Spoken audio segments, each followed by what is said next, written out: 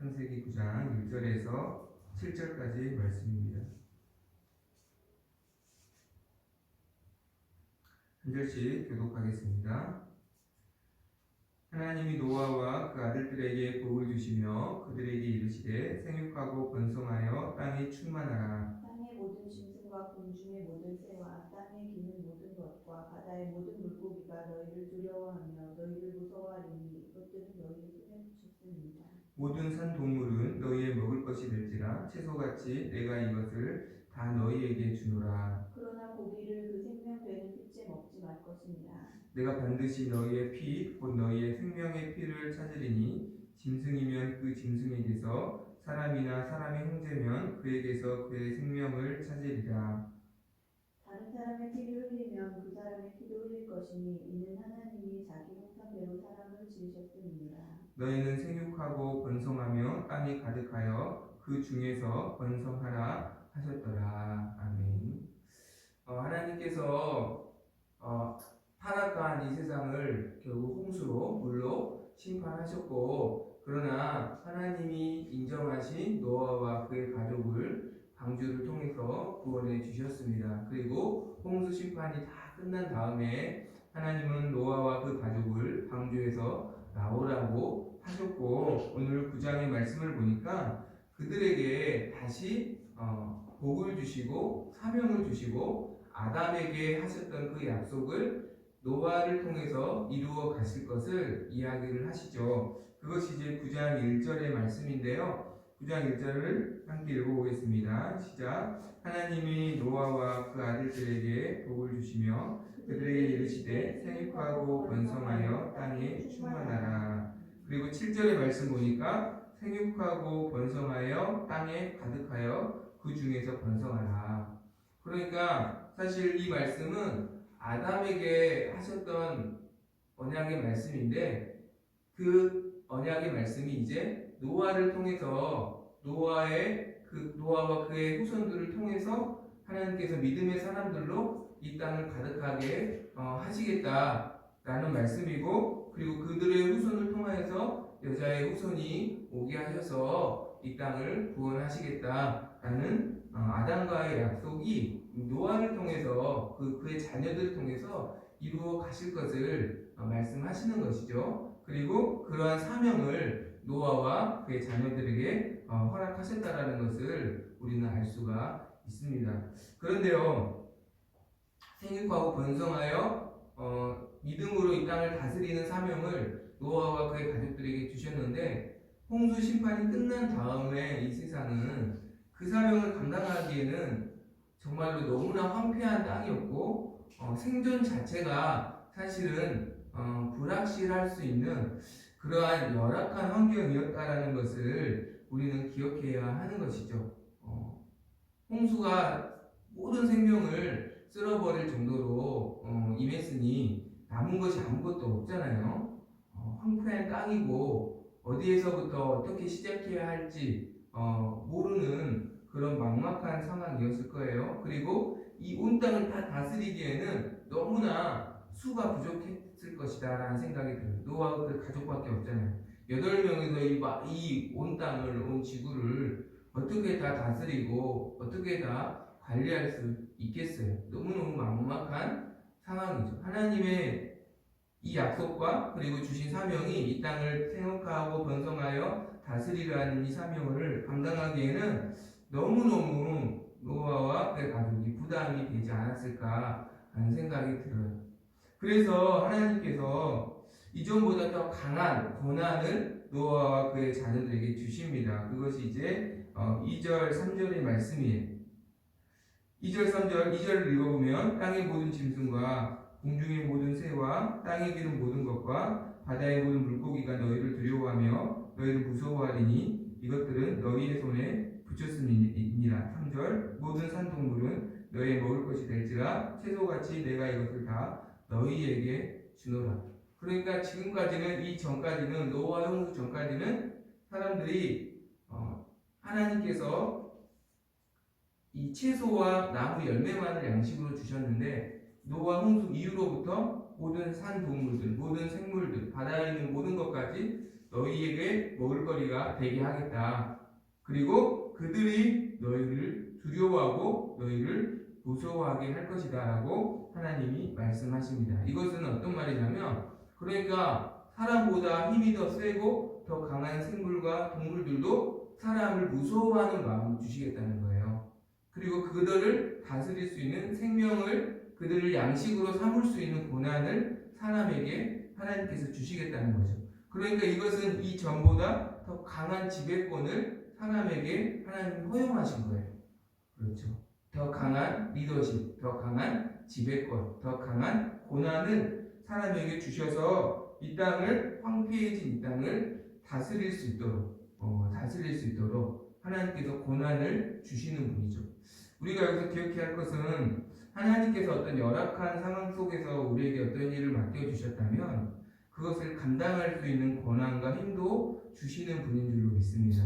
그래서 우리는 어떤 일을 주께서 맡겨주셨을 때에 염려하지 말고, 두려워하지 말고, 걱정하지 말고 하나님께서 감당할 힘을 주실 거라는 것을 믿고 감사함으로, 그분을 신뢰함으로 하나님을 의지하고 기도할 때 반드시 그것을 감당할 수 있는 은혜를 주실 줄로 믿습니다.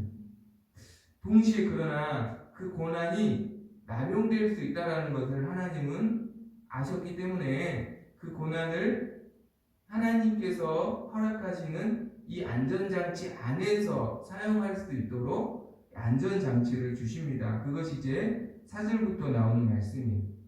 4절 읽어볼까요? 그러나 고기를 그 생명되는 피채 먹지 말 것이니라. 5절 내가 반드시 너희의 피 곧 너희의 생명의 피를 찾으리니 짐승이면 그 짐승에게서, 사람이나 사람의 형제면 그에게서 그의 생명을 찾으리라.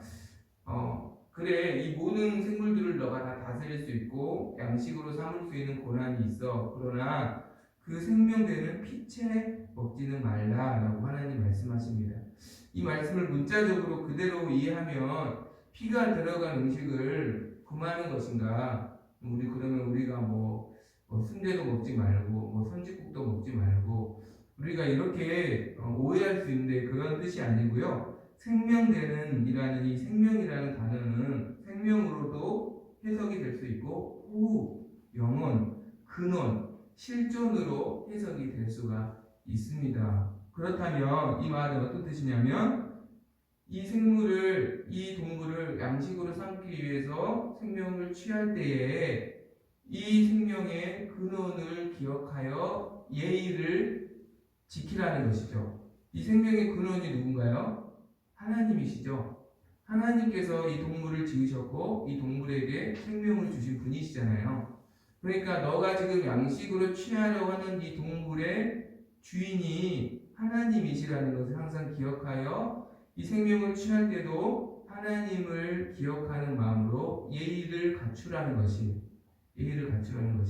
그러니까 양식으로 취할 수 있다고 해서 무분별하게 생명을 존중하지 않고 피를 흘리면 하나님을 존중하지 않는 태도라고 인정하여서 그 피를 너에게서 찾겠다는 거예요. 그러니까 생명을 취할 수 있지만 이 생명을 주신 분이 하나님이시라는 것을 기억하여 너가 필요한 만큼만, 그리고 생명을 존중하는 마음으로 취하여서 양식을 갖춰라. 이 생명에 대한 예의를 잃지 말아라 라고 하나님이 말씀하시는 것이죠. 말씀하시는 거예요.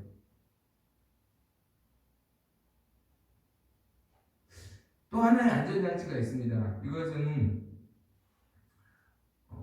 노아의 때부터 이 사람의 생명이 급속도로 자연 생명이 줄어듭니다. 노아 이후부터 육식을 허용할 때가 이제 노아 홍수 다음부터잖아요. 노아 시대부터. 그런데 육식을 사람이 하게 됨으로 동시에 자연 생명이 굉장히 줄어들게 돼요. 그래서 시간이 지나서 아브라함 때에 이르러서는 이 100 단위로 내려옵니다. 노아가 거의 900세까지 살잖아요. 그런데 몇 대 지나서 100대까지 자연 수명이 확 내려가게 돼요. 그래서 지금 우리가 거의 오래 사신 분들은 100세 이렇게 사시잖아요. 이렇게 자연 수명이 노아 이후로부터 급속히 내려가요. 육식을 허용하게 될 때부터 사람의 자연 수명이 급속도로 줄어듭니다. 이것은 우연이 아니라 하나님께서 육식을 허용하신 것은 사람의 지배권에 대한 권한을 강화한 것이기도 하지만 하나님의 또 한편으로는 안전장치라고 생각해요. 무슨 말이냐면 사람은 노아 홍수 다음부터라도 다시 타락할 수 있고 다시 죄를 지을 수 있는 존재라는 것. 그러니까 초심을 언제든지 이룰 수 있는 존재라는 것을 하나님은 아셨던 것 같아요. 초심을 잃은 상태에서 800세, 900세까지 살게 되면 다시 노아의 홍수를 경험해야 할 정도로 죄가 다시 쌓이게 되는 비극이 일어나게 되잖아요.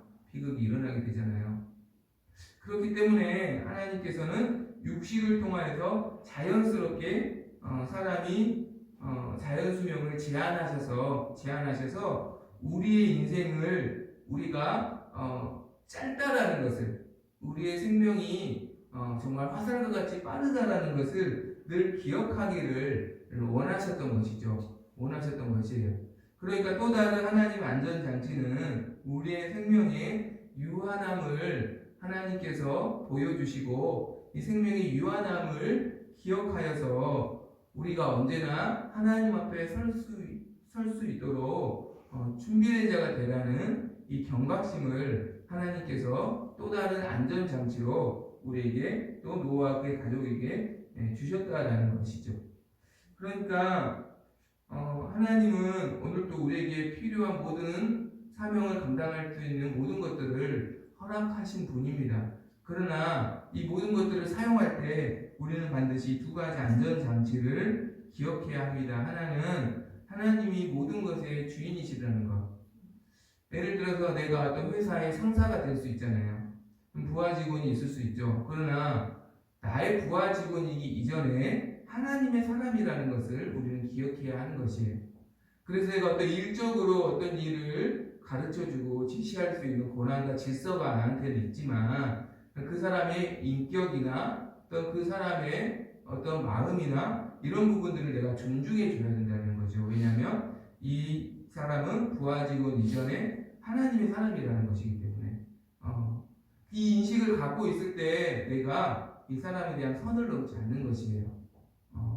이 사람을 어떤 해하거나 상처를 주는 그런 언행이나 그런 일을 하지 않게 되는 것이죠. 좋은 관계 속에서 계속 일을 해 나갈 수 있다라는 것이죠. 그리고 나 역시 내가 가진 것이 영원하지 않고 나의 생명이 유한하여 나도 언젠가는 하나님 앞에 서게 될 날이 있다라는 것이에요. 그러니까 생명을 취할 때 노아와 그 가족이 양식으로 삼기 위해서 어떤 동물의 생명을 취할 때 나의 생명을 생각하는 거예요. 나도 이렇게 하나님 앞에 설 날이 온다라는 것, 그 시간이 빠르다라는 것을 기억하여 꼭 필요한 만큼만 양식을 취하라는 것이죠. 전도서 말씀이 이것을 우리에게 주시는 교훈입니다. 전도서 11장 9절에 보니까 청년이여 내 어린 때를 즐거워하며 내 청년의 날들을 마음에 기뻐하여 마음에 원하는 길들과 내 눈이 보는 대로 행하라. 그러나 하나님이 이 모든 일로 말미암아 너를 심판하실 줄 알라. 12장 1절 너는 청년의 때에 너의 창조주를 기억하라. 곧 공고한 날이 이르기 전에 나는 아무 낙이 없다고 할 해들이 가깝기 전에.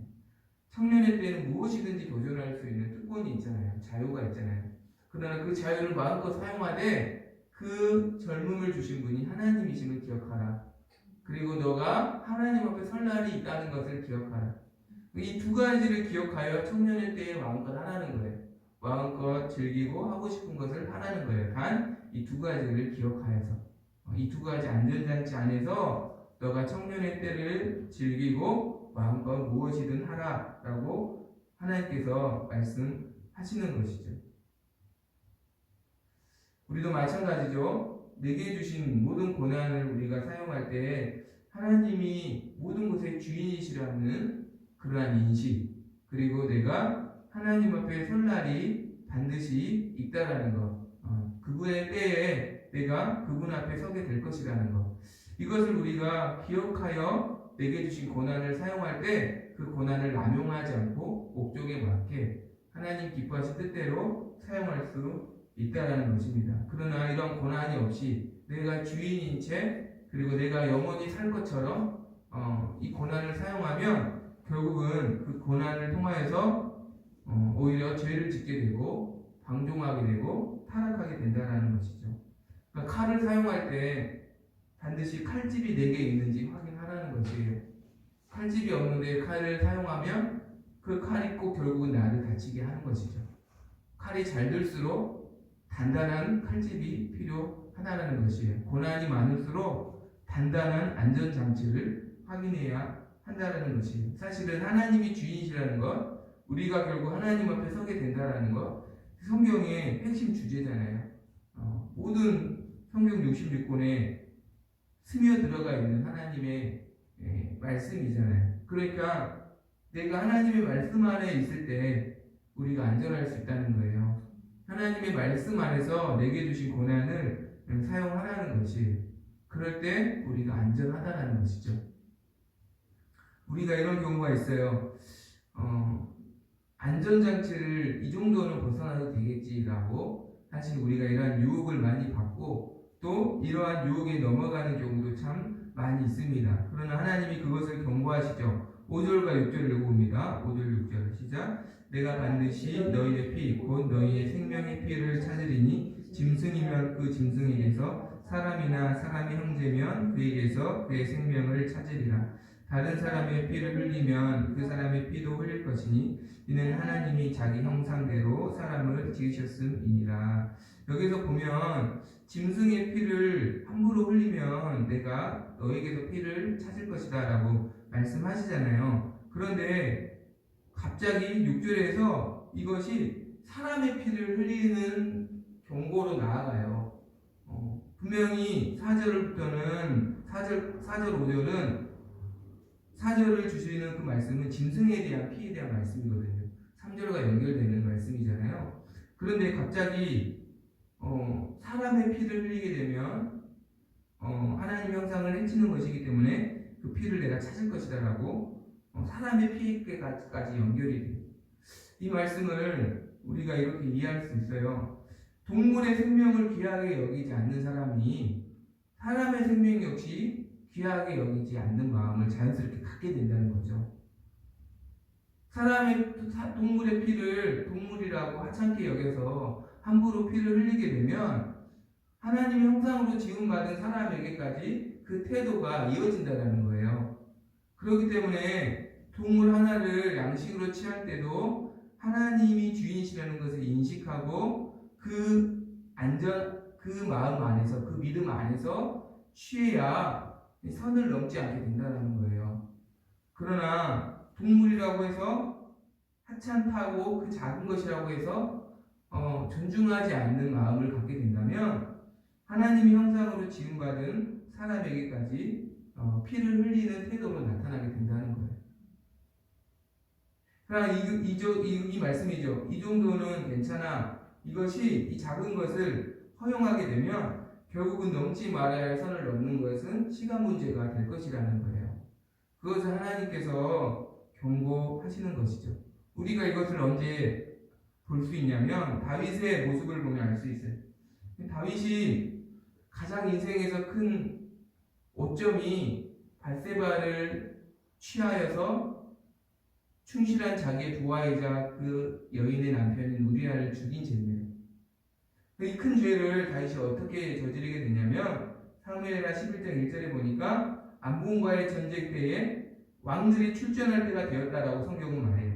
왕들이 출전해야 될 때는 다윗이 그 전장에 나가야 할 때라는 거예요.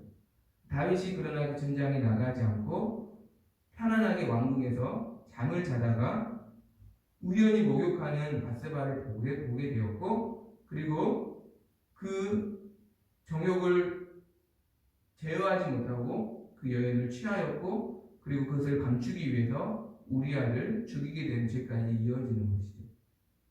그러니까 전장터에 이스라엘 자리에 있지 않은 이 작은 이스라엘 자리에 있지 않았던 이 작은 것을 허용한 것이 결국은 사람을 죽이는 데까지, 그것도 충신 중에 충신을 죽이는 데까지 나아가는 선을 넘는 죄를 다윗이 범하게 되죠. 이 죄로 인하여서 다윗이 그 이후로 얼마나 많은 대가를 치러야 하는지 몰라요. 칼이 다윗과 그의 집을 떠나지 않는 심판을 다윗은 받게 되죠. 주님은 누구보다도 이것을 너무너무 잘 아셔서 사탄의 유혹, 특별히 사탄이 40일 동안 금식하신 예수님께 유혹할 때 처음부터 대단한 것을 유혹하지 않아요. 하나님을 모독해라, 십자가를 포기해라, 이렇게 유혹하지 않으셨어요. 이렇게 유혹하지 않았어요. 사탄이 어떻게 유혹했냐면, 배고프니까 돌이 떡이 되어 먹어라. 사실은 굉장히 인정해도 호소할 수 있을 만한 정도의 작은 거잖아요. 금식도 끝났는데 빵 하나 만들어서 먹는다고 해서 그렇게 큰 죄가 될까? 이렇게 생각할 수 있는 부분이에요. 그렇죠? 이것이 최초의 예수님께 향한 사탄의 유혹이었어요. 아주 작은 것이죠. 생각해보면 작은 것이죠. 그런데 예수님은 작은 것을 허용하지 않으셨어요. 사람이 떡으로만 사는 것이 아니라 하나님 입에서 나오는 모든 말씀으로 살 것입니다. 하고 하나님이 주인이심을 인정하셨고, 그분의 말씀 안에서 철저히 거하셨고, 그 말씀으로 마귀를 이기신 것을 우리는 보게 됩니다. 얼마 전에 제게 주신 어떤 생각은, 영적인 싸움은 작은 것을 이기는 데서 시작한다라는 마음을 주셨어요. 그러니까 어떤 일을 하기 전에 우리 마음에서 하나님이 주신 마음이 아닌 것은 그 마음에서 물리쳐야지, 그 마음을 놔두고 그 마음은 드러난 것은 아니니까 괜찮겠지 하고 놔두게 되면 반드시 더 큰 문제가 발생한다라는 것을 생각나게 해주시더라고요. 작은 것을 허용하면 반드시 선을 넘게 됩니다. 짐승에 대한 태도가, 짐승의 피를 함부로 흘리는 태도가 사람의 피를 함부로 흘리는 하나님 형상을 해치는 선을 넘게 되는 죄를 짓게 된다는 것을 하나님이 말씀하십니다. 오늘도 우리가 하나님의 말씀 안에서 하나님이 주인 되심을 기억하는 하나님의 말씀 안에서, 그리고 내가 그분 앞에 서게 될 것이라는 이 말씀 안에서 날마다 더 굳세게 거하여서 오늘도 하나님 내게 주신 자유를 사용할 수 있는, 고난을 사용할 수 있는 은혜를 주시기를